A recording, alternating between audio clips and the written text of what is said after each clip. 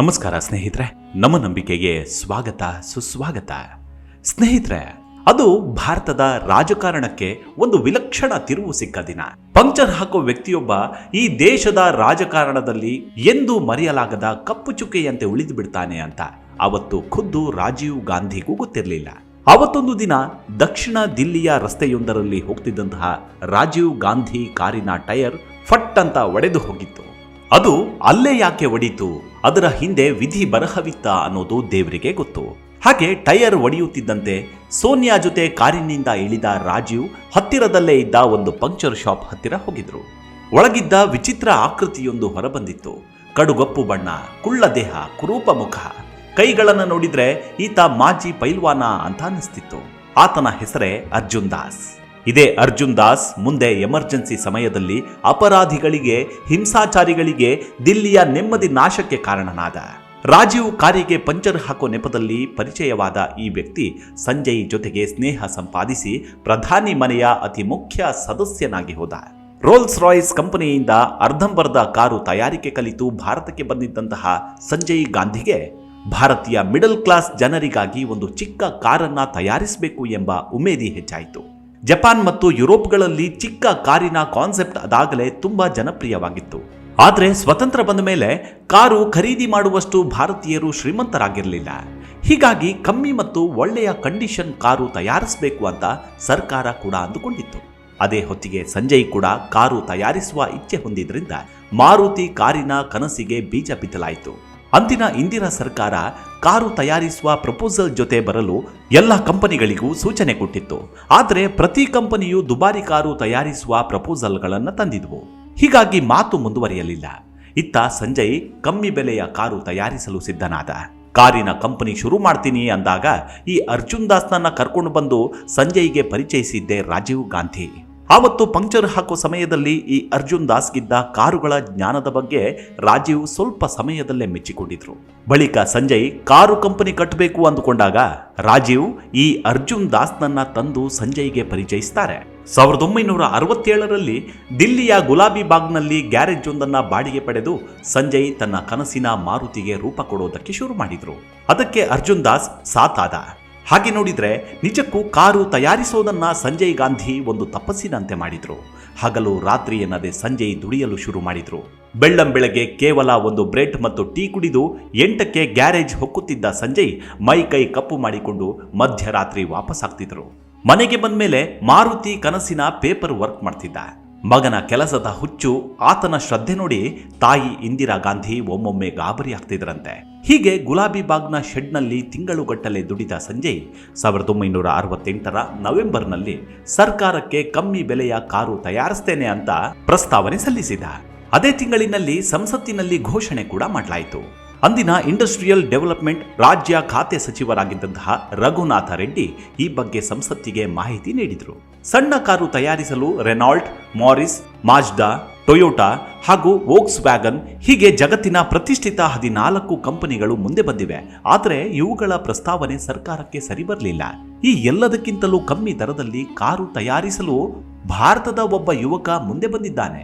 ಆತ ಕೇವಲ 6,000 ರೂಪಾಯಿ ವೆಚ್ಚದಲ್ಲಿ ಕಾರು ತಯಾರಿಸ್ತೇನೆ ಅಂತ ಮುಂದೆ ಬಂದಿದ್ದಾನೆ.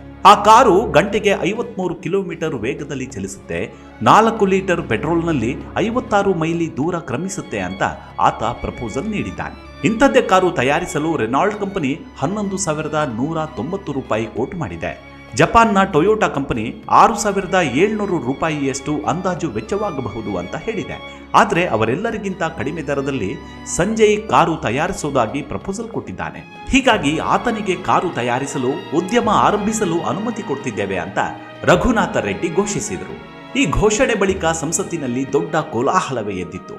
ವಿಪಕ್ಷಗಳು ಕನಲಿ ಕೆಂಡ ಕಾರಿದವು. ಆಗ ಉತ್ತರ ಕೊಡುವ ಸರದಿ ಇಂದಿರಮ್ಮನದಾಗಿತ್ತು. ಇದೊಂದು ಒಳ್ಳೆಯ ಪ್ರಸ್ತಾವನೆ, ನಾನು ನನ್ನ ಮಗನ ಕಾರ್ಯಕ್ಕೆ ಪ್ರೋತ್ಸಾಹ ನೀಡದಿದ್ರೆ ದೇಶದ ಇತರ ಯುವಕರಿಗೆ ಅದು ಹೇಗೆ ಪ್ರೋತ್ಸಾಹದ ಮಾತುಗಳನ್ನು ಹೇಳಲಿ ಅಂತ ಉತ್ತರಿಸಿದರು.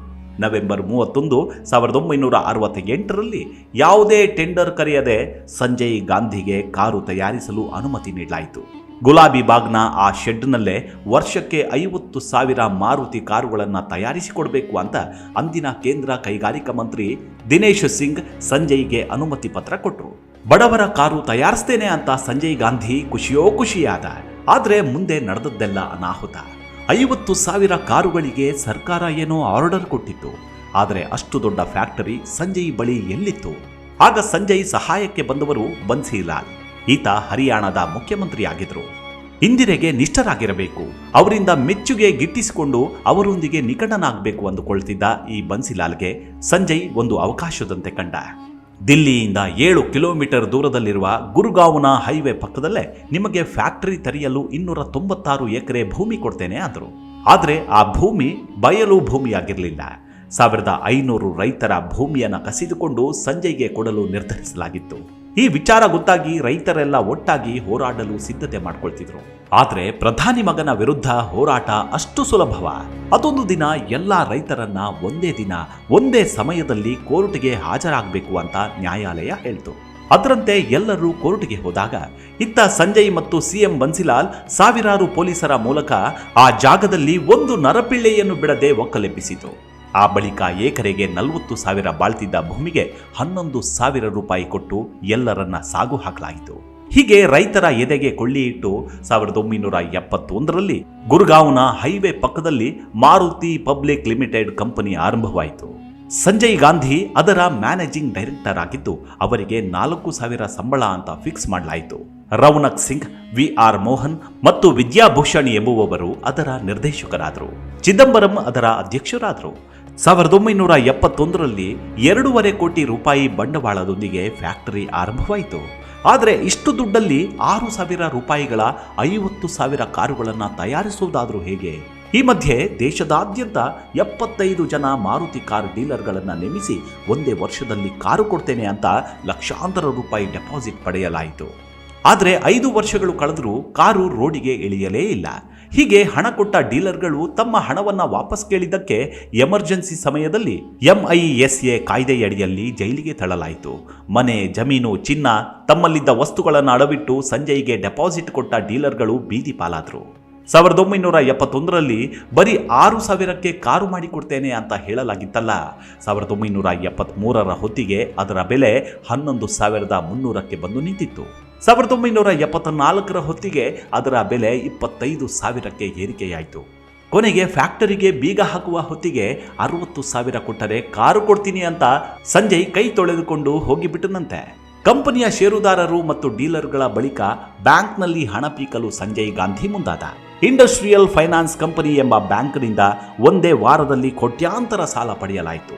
ಸೆಂಟ್ರಲ್ ಬ್ಯಾಂಕ್ ಮತ್ತು ಪಂಜಾಬ್ ನ್ಯಾಷನಲ್ ಬ್ಯಾಂಕ್ಗಳಲ್ಲಿ ಶ್ಯೂರಿಟಿ, ಸಿಗ್ನೇಚರ್ ಏನೂ ಇಲ್ಲದೆ ಕೋಟ್ಯಾಂತರ ಹಣ ಎತ್ತಲಾಯಿತು.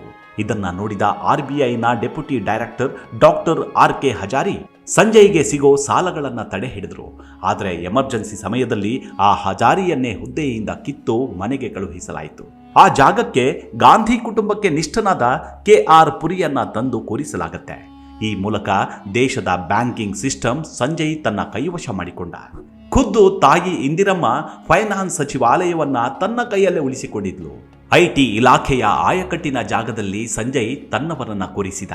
ಹಿಂದೆ ಸಾಲ ನೀಡದ ಬ್ಯಾಂಕ್ನ ಅಧ್ಯಕ್ಷರನ್ನ ಹುಡುಕಿ ಅವರನ್ನ ರಿಟೈರ್ ಮಾಡಿಸಿದ. ಕಡೆಗೆ ಭಾರತದ ಬ್ಯಾಂಕ್ಗಳಲ್ಲಿ ಒಟ್ಟು 60 ಕೋಟಿ ರೂಪಾಯಿ ಹಣ ಪಡೆಯಲಾಯಿತು. ಆದರೆ ಕಾರು ತಯಾರಾಗಲೇ ಇಲ್ಲ. ಇದೇ ಹೊತ್ತಿಗೆ ಫ್ಯಾಕ್ಟರಿಗೆ ಲಂಡನ್ ಪತ್ರಕರ್ತ ಆಂಥೋನಿ ಅನ್ನೋನು ಭೇಟಿ ಕೊಟ್ಟಿದ್ದ. ಆತ ಆ ಫ್ಯಾಕ್ಟರಿಗೆ ಕಾಲಿಟ್ಟಾಗ ಅಲ್ಲಿದ್ದದ್ದು ಬರೀ 20 ಕಾರುಗಳು. ಅವುಗಳು ಕೂಡ ಎಲ್ಲೆಂದರಲ್ಲಿ ಇಟ್ಟ ಡಬ್ಬಿಗಳಂತೆ ಕಾಣಿಸ್ತಿದ್ವಂತೆ. ತಮಿಳುನಾಡಿನ ಅಂದಿನ ಮಂತ್ರಿಯಾಗಿದ್ದಂತಹ S. ಮಹದೇವನ್ ಈ ಕಾರುಗಳನ್ನ ಟಿನ್ ಡಬ್ಬಿಗಳು ಅಂತ ಕರೆದಿದ್ದ.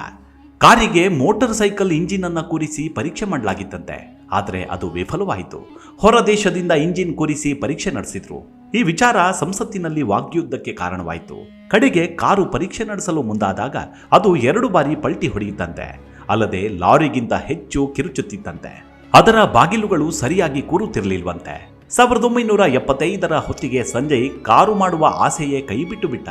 ಅಷ್ಟೊತ್ತಿಗೆ ಈ ಮಾರುತಿ ಕಾರು ಮಾರ್ಕೆಟ್ನಲ್ಲಿ ನಡೆಯಲ್ಲ ಅನ್ನೋದು ಸಂಜಯ್ಗೆ ಗೊತ್ತಾಗಿತ್ತು.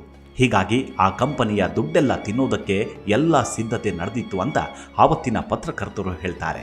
ಮಾರುತಿ ಕಂಪನಿಯ ಸಿಮೆಂಟ್ ಮತ್ತು ಕಬ್ಬಿಣವನ್ನ ಕೂಡ ಮಾರುವುದಕ್ಕೆ ನಿರ್ಧರಿಸಲಾಯಿತು.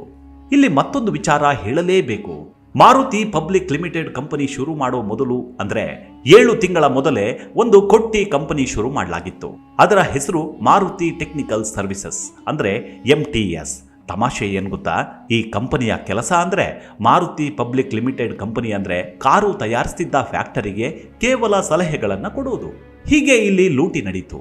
ಅಂದ್ರೆ ಮಾರುತಿ ಕಾರು ಕಂಪನಿಯಲ್ಲಿ ಕುಳಿತು ಕೆಲವರು ಸಲಹೆಗಳನ್ನು ಕೇಳಿ ಈ MTSಗೆ ಪತ್ರ ಬರೀತಿದ್ರು. ಅದೇ ವ್ಯಕ್ತಿಗಳು ಈ MTSನಲ್ಲಿ ಕುಳಿತು ಒಂದು ಪತ್ರ ಬರೆದು ಅದನ್ನ ಮಾರುತಿ ಕಂಪನಿಗೆ ಕಳುಹಿಸುತ್ತಿದ್ರು. ಹೀಗೆ ಸಲಹೆ ಕೊಟ್ಟಿದ್ದಕ್ಕೆ ಲಕ್ಷಾಂತರ ರೂಪಾಯಿ ಚಾರ್ಜ್ ಮಾಡಲಾಗ್ತಿತ್ತು. ಪ್ರಶ್ನೆ ಕೇಳಿ ಪತ್ರ ಬರೆಯೋನು ಅವನೇ, ಉತ್ತರ ಬರೆಯೋನು ಅವನೇ. ಅದಕ್ಕೆ ಹಣ ಸಂದಾಯವಾಗಿದೆ ಅಂತ ಬಿಲ್ ಜನರೇಟ್ ಮಾಡಲಾಗ್ತಿತ್ತು. ಈ ಮೂಲಕ MTS ಸಂಸ್ಥೆಗೆ ಭಾರಿ ಪ್ರಮಾಣದ ದುಡ್ಡು ಹರಿದು ಬಂತು.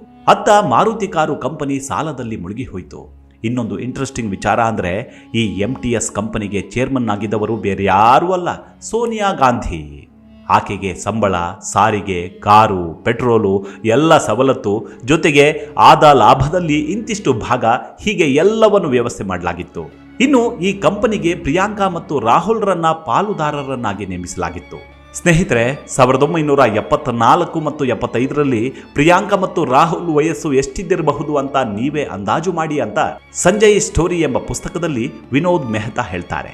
ಕೊನೆಗೆ ಎಮರ್ಜೆನ್ಸಿ ನಂತರ ಬ್ಯಾಂಕ್ಗಳು ಮಾರುತಿ ಕಂಪನಿಗೆ ಸೇರಿದ್ದ ಎಲ್ಲಾ ಬ್ಯಾಂಕ್ ಅಕೌಂಟ್ಗಳು ಮುಟ್ಟುಗೋಲು ಹಾಕಿದ್ದಾಗ ಅಲ್ಲಿ ಅವರಿಗೆ ಸಿಕ್ಕಿದ್ದು ಕೇವಲ 25,000 ರೂಪಾಯಿ. ಅಂದ್ರೆ ಕಂಪನಿಯ ಹಣ ಎಲ್ಲಿ ಹೋಯಿತು ಅನ್ನೋದು ನಿಮ್ಮ ವಿಚಾರಕ್ಕೆ ಬಿಡ್ತೀನಿ.